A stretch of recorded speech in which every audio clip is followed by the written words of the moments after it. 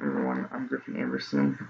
This is my final project for human development class, and what I did is I put together a book list of books that apply to certain grade levels and that are recommended by teachers, and I also picked these books in this list kind of based off certain human development theories. So these are books that apply to kind of how kids in that age group are thinking and how certain theories say they act and think and process things and what they like to do. I'm a elementary education major, and so I will be teaching and using some of these books in my classes.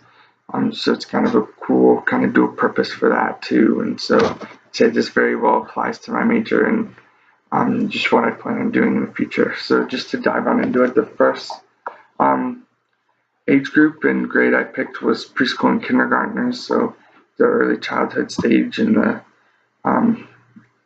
is what these kids are in. And I used the psychoanalytic theory, and these kids are in the phallic stage, so they like to spend time with the parent of their same sex. And so I picked just books that have to deal with, a father spending time with his son, or a daughter spending time with her mom. So books like A Day with Dad by Bo Holmberg, just spending time with the kid's dad and how much he enjoys that, and Mommy Hugs and Manny's Moon, just books about, mother spending time with her daughter and how much that time is cherished. So the next kind of stage I picked was middle childhood, and these are books recommended for third graders by third grade teachers, by parents, and so I just used some of those resources, and the theory I picked was, of course, Piaget's cognitive development theory, and these kids are in the concrete operational stage of his theory. So books just that these third graders can kind of relate to of, how they think. So these are books like Charlie and the Chocolate Factory, The Lightning Thief, The Borrowers, Because of Winn-Dixie.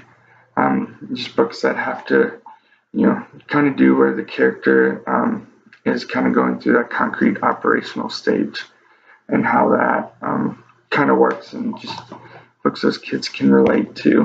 The next I picked was high schoolers. These high schoolers are, of course, in adolescence, and I picked the information processing approach, which is just a theory of how we kind of process information, how we approach that. And so, there's a lot of kind of that going on in high school in that age group of just processing information and thinking about things. And so I picked books like, Harry Potter and the Goblet of Fire, and, just Harry Potter, and a book called Carrie by Stephen King. Just books where information is being processed, and it kind of shows the information processing approach and how that theory is kind of described, and it's just kind of cool for high schoolers when they're, of course, using that theory, and that theory is applying to their life, just how they, characters in books are doing that too. And so I think that's a cool example. Last I picked College Students Us, so this applies to us pretty well.